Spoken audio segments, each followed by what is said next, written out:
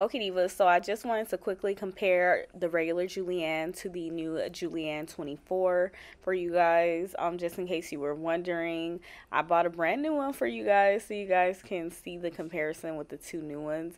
So as you guys can see, there's just a slight difference with the length, and that's pretty much it. So if you like something shorter, you might want to go for the original. But if you do like something longer, then you might want to consider the new one that just was released.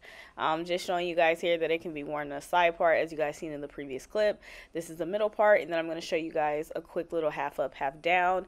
As for me, I really do enjoy both of them. I'm glad that I have both of them. I actually had like purchased the old one more than once. So yeah, I really did enjoy it, and you guys know I love long hair, so the long one was a no-brainer. Of course I was gonna get it. But yeah, I just wanted to do a quick little video for you guys. Let me know you guys' thoughts down below.